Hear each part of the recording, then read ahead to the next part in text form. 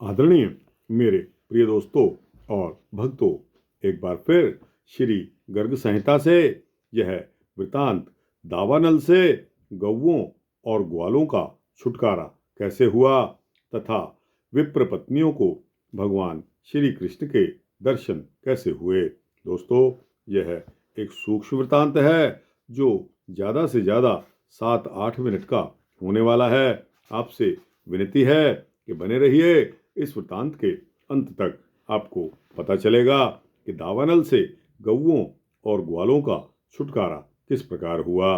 तो दोस्तों, यह वृतांत सूक्ष्म वृतांत है। उम्मीद करता हूँ कि बने रहेंगे इस वृतांत के अंत तक। आइए इस वृतांत को शुरू करने की इजाज़त दीजिए।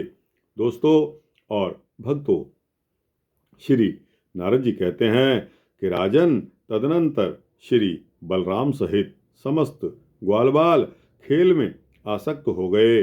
उधर सारी की सारी गौएं घास के लोभ में विशाल वन में प्रवेश कर गई।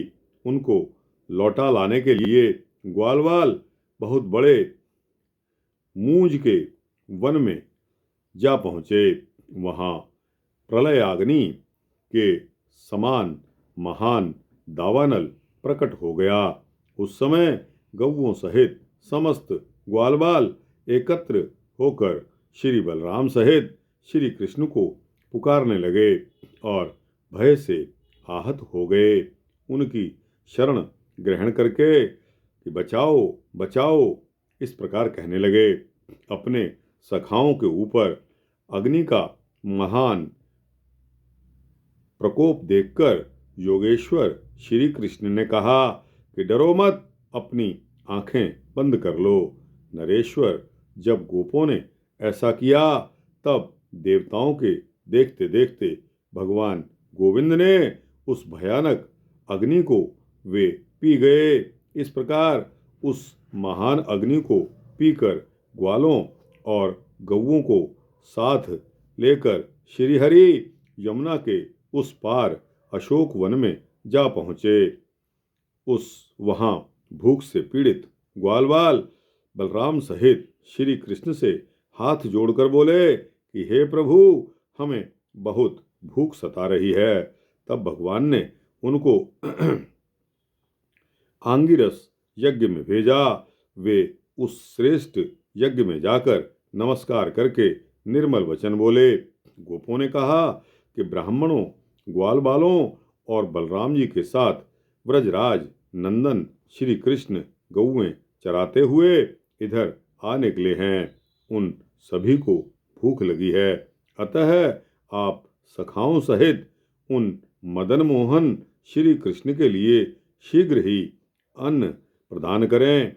श्री नारद जी आगे कहते हैं कि नरेश्वर, ग्वालबालों की इस व्यथा को सुनकर वे ब्राह्मण कुछ नहीं बोले। तब ग्वालबाल निराश होकर लौट गए और आकर बलराम सहित श्री कृष्ण से इस प्रकार बोले। गोपों ने गुहार की। गोपों ने कहा कि सखे, तुम ब्रजमंडल में ही आधीश बने हुए हो। गोकुल में ही तुम्हारा बल चलता है और नंद बाबा के आगे ही तुम कठोर दंडधारी बने रहते हो। प्रचंड सूर्य के समान तेजस्वी तुम्हारा प्रकाशमान दंड निश्चय ही मथुरापुरी में अपना प्रभाव नहीं प्रकट करता। नारद जी कहते हैं कि राजन, तब श्रीहरि ने उन ग्वालबालों को पुनः यज्ञ करता ब्राह्मणों की पत्नियों के पास भेजा। तब वे पुनः यज्ञशाला में गए और उन ब्राह्मण पत्नियों को नमस्कार करके वे श्री कृष्ण के भेजे हुए ग्वाल हाथ जोड़कर बोले। गोप बोले कि ब्राह्मणी देवियों, ग्वाल बालों और बलराम के साथ गाय चराते हुए श्री ब्रजराज नंद नंदन श्री कृष्ण इधर आए हैं। उन्हें बहुत भूख लगी है। सखाओं सहित उन मदन मोहन के लिए आप लोग शीघ्र ही अन्न की व्यवस्था करें। श्री नारद जी कहते हैं कि राजन, श्री कृष्ण का शुभागमन सुनकर उन समस्त विप्र पत्नियों के मन में उनके दर्शन की लालसा जाग उठी। उन्होंने विभिन्न पात्रों में भोजन की सामग्री रख ली और तत्काल लोकलाज को छोड़कर वे श्री कृष्ण के पास चली आई। रमणीय अशोकवन में यमुना के मनोरम तट पर विप्र पत्नियों ने श्री हरि का अद्भुत रूप जैसा सुना था वैसा ही पाया। दर्शन पाकर वे सब परमानंद में उसी प्रकार निमग्न हो गई जैसे योगीजन तुरीय ब्रह्म का साक्षात्कार करके आनंदित हो उठते हैं। श्री भगवान बोले कि हे विप्र पत्नियों, तुम लोग धन्य हो जो मेरे दर्शन के लिए यहाँ तक चली आई। अब शीघ्र ही आप घर लौट जाओ। ब्राह्मण लोग तुम पर कोई संदेह नहीं करेंगे। तुम्हारे ही प्रभाव से तुम्हारे पति देवता ब्राह्मण लोग तत्काल यज्ञ का फल पाकर निर्मल होकर तुम्हारे साथ प्रकृति से परे विद्यमान परमधाम गोलोक को चले जाएंगे। श्री नारद जी कहते हैं कि तब श्री हरि को नमस्कार करके वे सभी स्त्रियां यज्ञशाला में चली आई। उन्हें देखकर सभी ब्राह्मणों ने अपने आप को धिक्कारा। वे कंस के डर से स्वयं श्री कृष्ण को देखने के लिए वहां नहीं जा सके थे। मैथिल ग्वाल वालों और बलराम जी के साथ वह अन्न खाकर श्री कृष्ण गौओं को चराते हुए मनोहर वृंदावन में चले गए।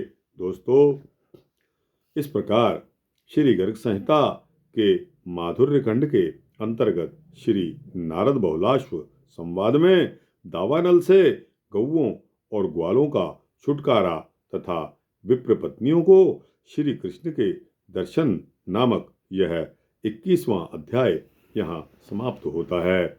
आपको कैसा लगा? अच्छा लगा हो तो इसको लाइक और शेयर करते हुए अपने दोस्तों, भक्तों, मित्रों, जिज्ञासुओं तक अवश्य पहुँचाना। अपनी राय कमेंट सेक्शन में अवश्य देना। और दोस्तों, इस चैनल को अगर आप सब्सक्राइब कर देंगे तो आप वास्तव ही जितने भी नए वृत्तांत आ रहे हैं आपको समय से मिलते रहेंगे। जय श्री कृष्णा, जय बलदाऊ भैया, जय श्री राधे कृष्णा।